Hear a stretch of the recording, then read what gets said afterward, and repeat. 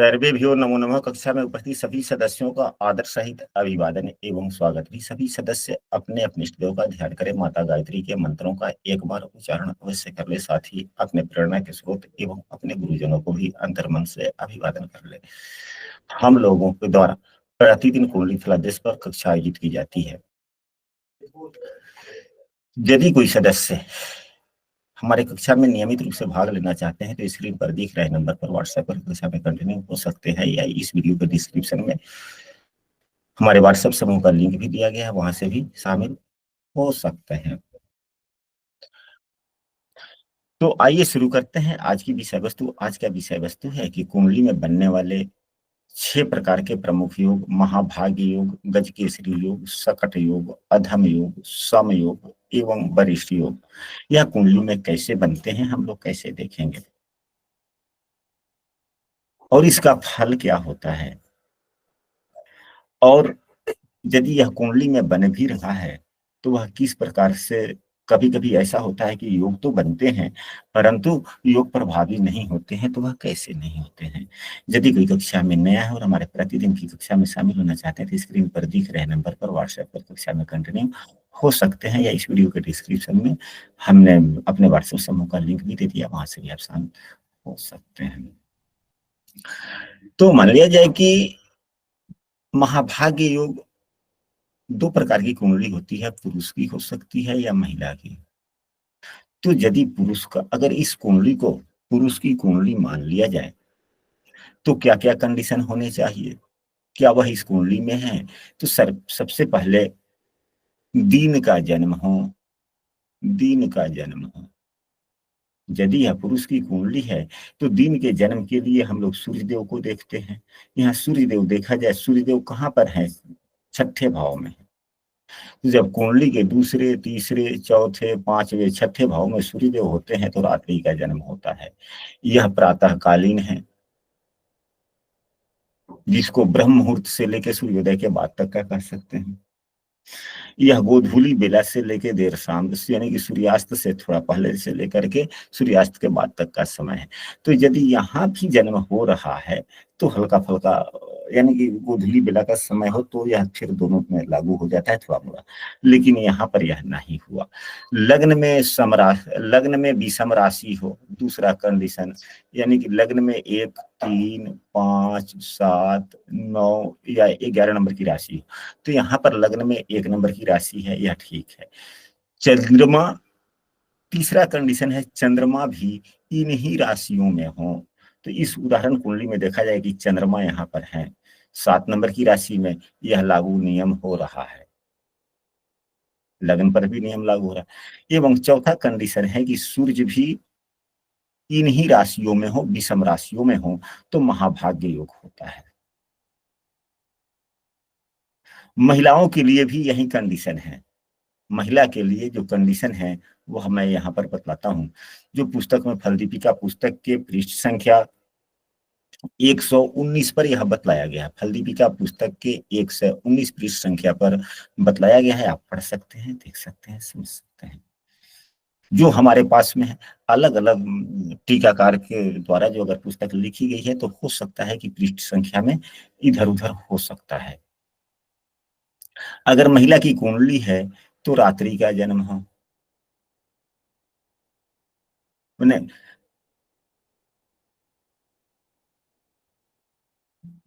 नहीं, यहाँ पर तो दिन का जन्म हुआ। हाँ, महिला के लिए रात्रि का जन्म हो, महिला के लिए रात्रि का जन्म। तो यहाँ पर सूर्यदेव 6ठे भाव में है, तो जन्म रात्रि का हुआ, जन्म रात्रि का हुआ कि नहीं हुआ, हुआ गुरुदेव। हो गया। लग्न में सम राशि हो, लग्न में सम राशि हो, दूसरा, यानी कि 2, 4, 6, 8, 12, 2, 4, 6, 8, 10, 12 नंबर की लग्न में राशि हो, जो यहाँ पर नहीं है। चंद्रमा सम राशि का हो, चंद्रमा यहाँ विषम राशि में है, इन्हीं राशियों के चंद्रमा हो, तो नहीं है ये भी नहीं। सूर्य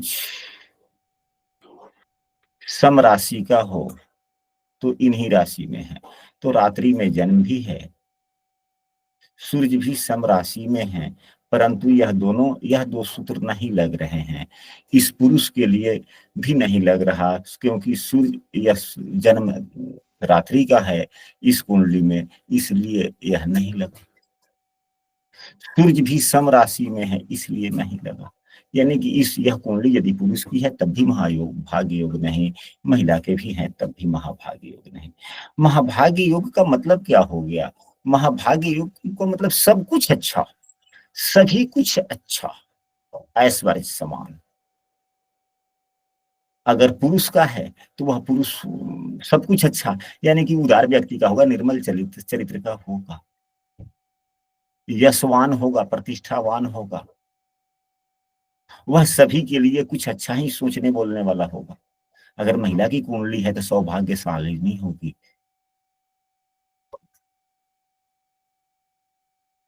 उन्हें पुत्र पौत्र पति का सुख लंबे दिनों तक मिलेगा, ताउम्र मिलेगा।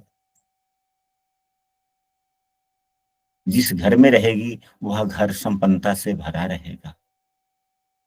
इससे बढ़िया और क्या हो सकता है? अब इसके बाद में दूसरा जो योग है गजकेसरी योग, यह योग क्या है कि इसको हम लोग कुंडली में कैसे समझेंगे? तो इसके बारे में पुस्तक में यह बताया जाता है कि चाहे पुरुष की कुंडली हो या महिला की कुंडली हो, किसी भी व्यक्ति की कुंडली हो, चंद्रमा से केंद्र में देवगुरु बृहस्पति हो, या दूसरे शब्दों में किसी किसी पुस्तक में यह भी लिखा जा सकता है कि बृहस्पति से केंद्र में चंद्रमा हो। बातें वही हैं, हम चाहे जैसे समझें। क्या इस उदाहरण कुंडली में गजकेसरी योग बन रहा है? हम लोग कैसे समझेंगे?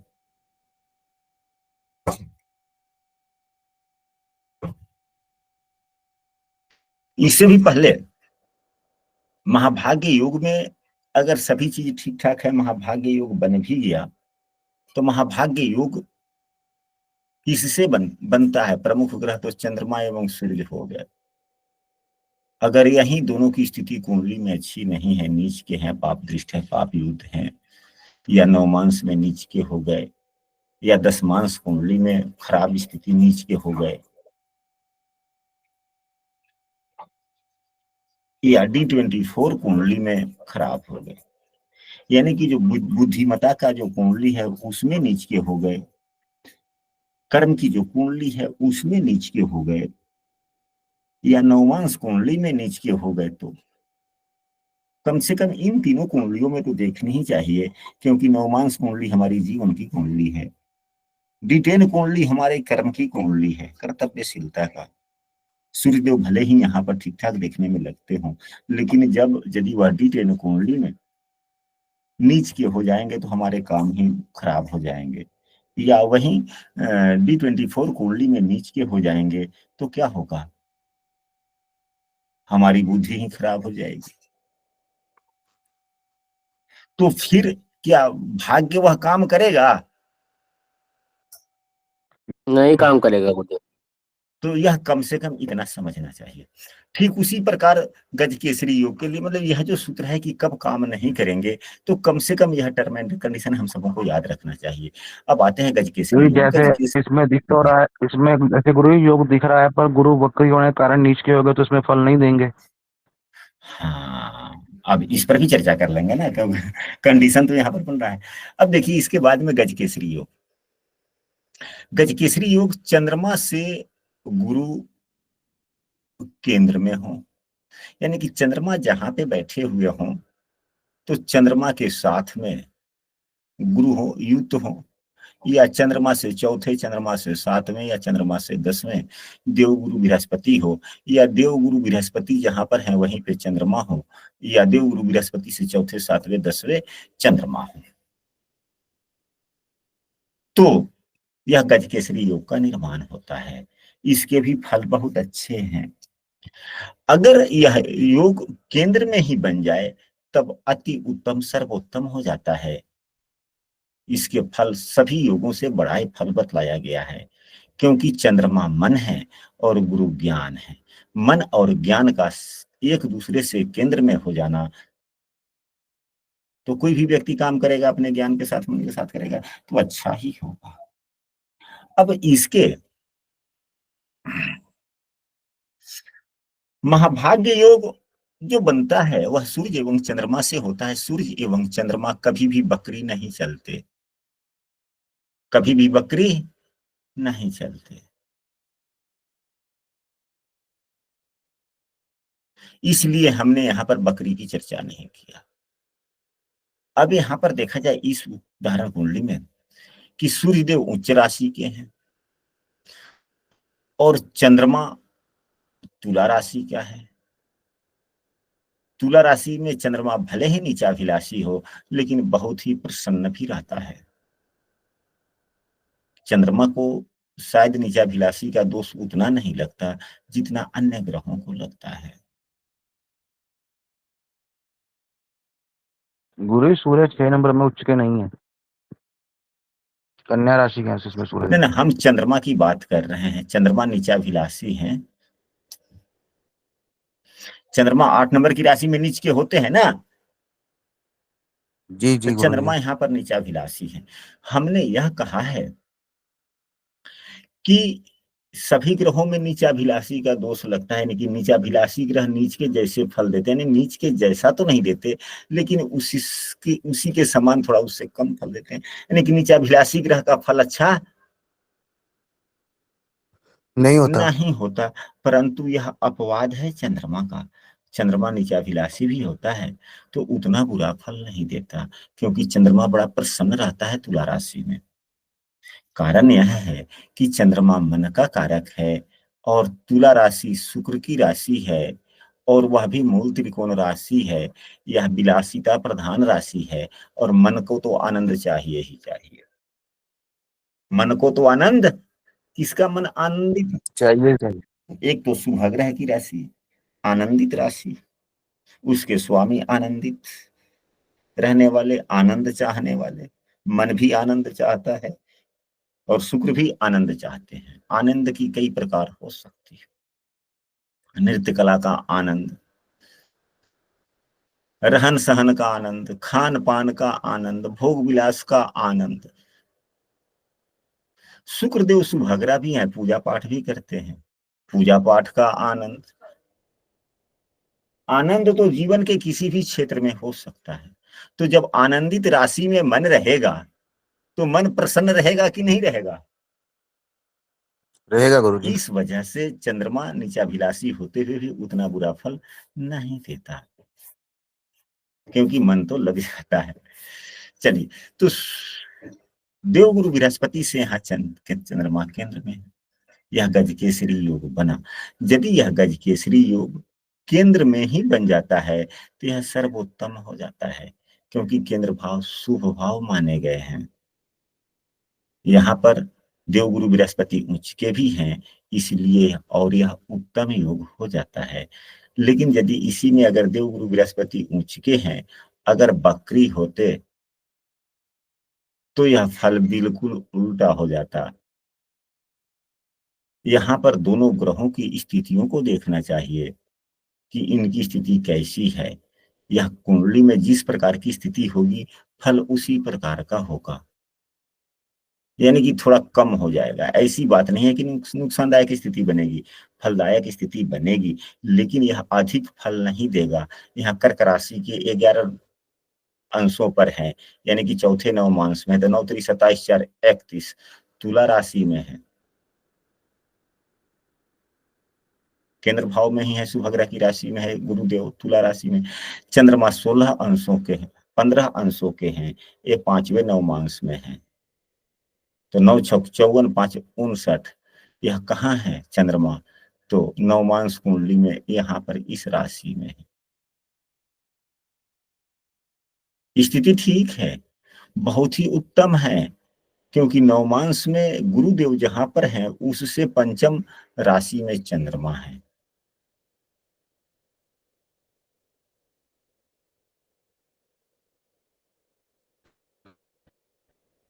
अभी आप फल कितना मिलेगा? अभी तक तो बहुत अच्छा फल मिला। गुरुदेव शुक्र की राशि में है, शुक्र यहाँ पर स्वगृही है, मालव्य योग बना रहा है। चंद्रमा शनि की राशि में है, शनिदेव यहाँ पर वर्गोत्तम है, नवमांश में भी शनिदेव सिंह राशि के हैं, वर्गोत्तम ग्रह भी अच्छे फल देते हैं, यानी कि यह संपन्नता भी दे रहा है, साथ में अच्छे फल, बुद्धि, विचार इत्यादि अच्छे दे रहा है। तो गजकेसरी योग के बारे में जो पुस्तकों में जो बातें बतलाई गई है, वह किस प्रकार की बातें हैं? तो पुस्तक में केसरी योग जो है ना, केसरी शब्द जो है, आप फल दीपिका पुस्तक पढ़ेंगे तो वहां पर स्पष्ट रूप से लिखा गया है कि केसरी किसे कहते हैं, तो शेर के बालों को कहता है केसर, केसरी।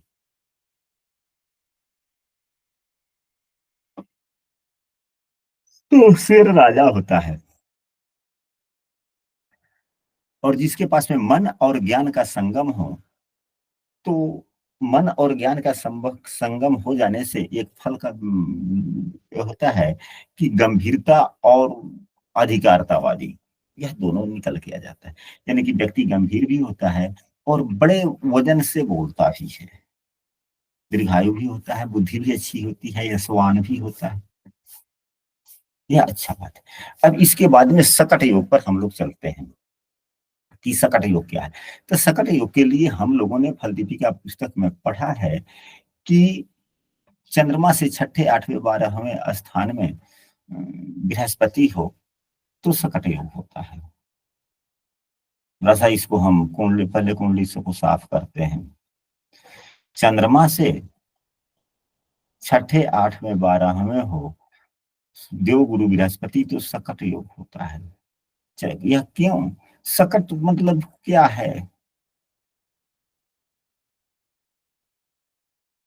सकट किसे कहते हैं? गाड़ी को कहते हैं। पहले के जमाने में बैलगाड़ियां हुआ करती थी, उसे सकट कहा जाता था। हमारे इलाके में आप लोग के यहाँ जो भी कहा जाता था, वो बड़ा धीरे धीरे चलता था, समस्याएं ढेर सारी उसमें आती जाती रहती थी, आए दिन वह खराब है। तो जिंदगी ठीक उसी प्रकार खराब हो जाता है। अब मान लिया कि चंद्रमा यहीं पे है, कहीं भी हो, यहाँ पर चंद्रमा है और चंद्रमा से छठे देवगुरु बृहस्पति हो जाए, सातवें, आठवें देवगुरु बृहस्पति हो जाए, या 12वें देवगुरु बृहस्पति हो जाए, तो ज्ञान एवं मन में अलगाव हो जाता है। ज्ञान एवं मन में अलगाव हो जाता है, ये एक दूसरे के पूरक नहीं रह पाते। तो हमारे जीवन में जिस प्रकार गजकेसरी योग में जितने अच्छे फल बतलाए गए थे, उतने ही बुरे योग हो गए, उतने ही बुरे योग हो जाते हैं। लेकिन इसके परिहार भी बतलाती गए हैं पुस्तक में। फल दीपिका पुस्तक के 109 नंबर पृष्ठ में, 109 का है, इससे 19 पृष्ठ में इसके परिहार भी बतलाए गए हैं कि कब इसके परिहार हो सकते हैं। यदि चंद्रमा केंद्र भाव में कहीं भी हो और उससे छठे, आठवें, 12वें भाव में चंद्रमा केंद्र में हो और उस चंद्रमा से छठे, आठवें, 12वें भाव में हो, तो यह अच्छा नहीं, भले इसका यह परिहार हो जाता है, सकट योग लागू नहीं होता। सकट योग के फल अच्छे नहीं बतलाए गए हैं पुस्तक में। यह दुखी हमेशा जो है ना, जैसा कि हमने कहा है कि हमेशा आए दिन सकट खराब ही रहता है, यानी कि बैलगाड़ी है, कुछ ना कुछ खराबी भाई ही है, यानी कि समस्याएं समय से जीवन भर लगा रहना, साधारण प्रकार से जीवन व्यतीत करना। कभी एकाएक गाड़ी ठीक है, एक दो रोज के लिए ठीक चल रही है, फिर खराब, तो उसे जल्दी हो ही जाना है। यानी कि एकाएक कुछ दिन अच्छा समय व्यतीत हो जाना, फिर खराब हो जाना। कभी भाग्य अच्छा हो, कभी भाग्य खराब हो, कुछ कहा नहीं जा सकता।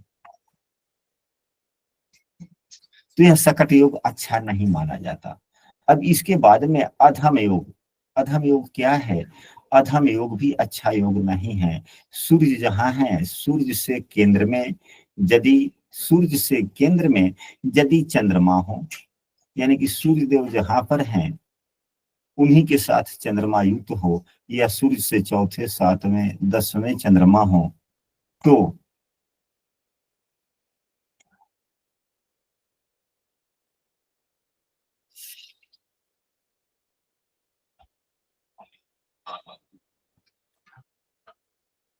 अधम योग होता है। अधम योग भी अच्छा नहीं माना गया है, अधम योग भी अच्छा नहीं माना गया है।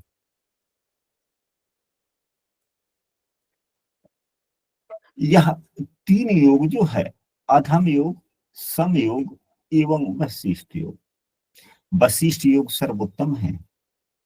वशिष्ठ योग सर्वोत्तम योग होता है, अधम योग खराब होता है न के बराबर। सम योग इन दोनों के बीच का मध्यम योग होता है।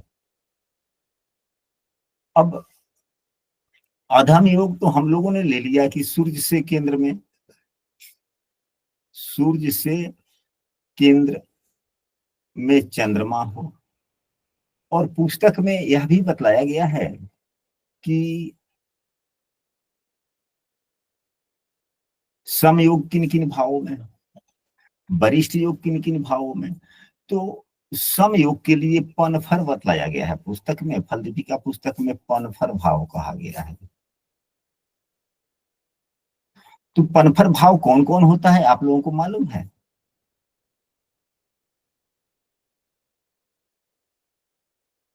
लग केंद्र से अगले भाव को पनफर कहा जाता है, केंद्र से अगले भाव को पनफर कहा जाता है। तो केंद्र से अगला भाव कौन हुआ? दूसरा भाव, पांचवा भाव, आठवां भाव एवं 11वां भाव। सूर्य से अगले भाव में, लग्न से अगले, न लग्न नहीं, केंद्र से अगले भाव को पनफर कहा जाता है। तो यह समयोग हुआ, यानी कि यह मध्यम फल हुआ। यह अधम का मतलब फल 1% नहीं, 33%, यानी कि यहाँ पर हमने 1 का निशान लगा लिया। यदि समयोग हुआ तो 2, और वरिष्ठ योग हुआ तो 3, यानी कि सर्वोत्तम हम फल एक ही है, गुणवत्ता कम या ज्यादा। अब वशिष्ठ योग तो इसे आपोक्लिम भी कह सकते हैं। तो आपोक्लिम भाव कौन होता है? केंद्र से ठीक पहले, 3, 6, 9, 12 गुरु जी। हाँ, तो 3, 6, 9, 12 में सूर्य से तीसरे, छठे, 9वें एवं 12 में यदि चंद्रमा है तो वशिष्ठ योग होता है। क्या इस कुंडली में कौन से योग हैं? तो सूर्य से दूसरे भाव में चंद्रमा है, समयोग है। जिसके कुंडली में सूर्यदेव, मान लेंगे सूर्यदेव यहीं पे स्थित हैं, तो सूर्य के साथ में अगर चंद्रमा होता, सूर्य से चौथे चंद्रमा होता, सूर्य से 7वें चंद्रमा होता, सूर्य से 10वें चंद्रमा होता, तो यह अधम योग हो गया। सूर्य यदि यहीं पे है दूसरे भाव में, तो सूर्य से दूसरे भाव में चंद्रमा होता, सूर्य से 5वें भाव में चंद्रमा होता, सूर्य से 8वें भाव में चंद्रमा होता, सूर्य से 11वें भाव में चंद्रमा होता, तो समयोग। अब आपोकुलिम, सूर्य से तीसरे भाव में यदि चंद्रमा हो, सूर्य से यदि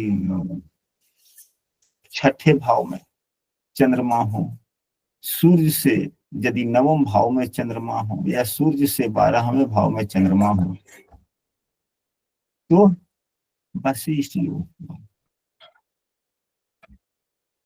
हालांकि 12वें चंद्रमा का होता है, यह पद प्रतिष्ठा वाली बात हो गई। चंद्रमा 100 में ग्रह है, नुकसान भी होगा तो सौम्यता के साथ होगा। तो अब इसके फल के क्या क्या बतलाए गए हैं पुस्तक में अधम योग, समयोग के बारे में।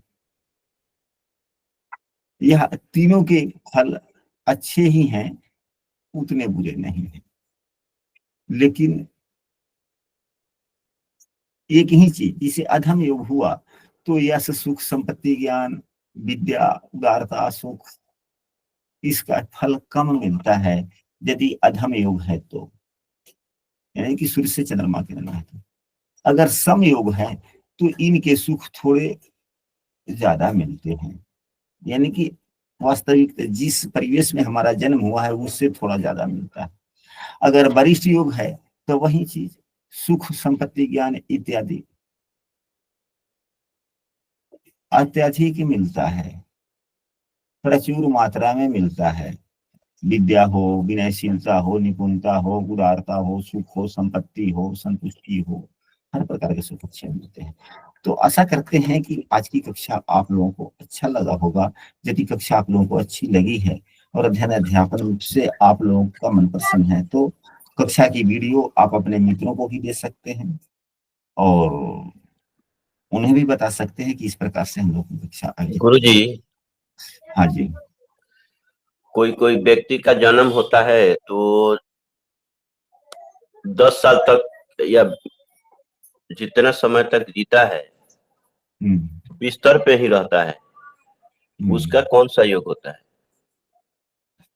अच्छा, वो तो अलग विषय वस्तु है। वह जो है इसी पुस्तक में आगे सभी योग के बारे में चर्चा किया गया है, तो हम लोग तो पुस्तक पढ़ ही रहे हैं ना, पुस्तक के सहारे आगे धीरे धीरे धीरे धीरे समझते हुए चले जाएंगे, क्योंकि वह विषय वस्तु लंबी है। कक्षा का समय भी समाप्त हो रहा है। अगर 2-3 मिनट की बात होती तो मैं बतलाता भी।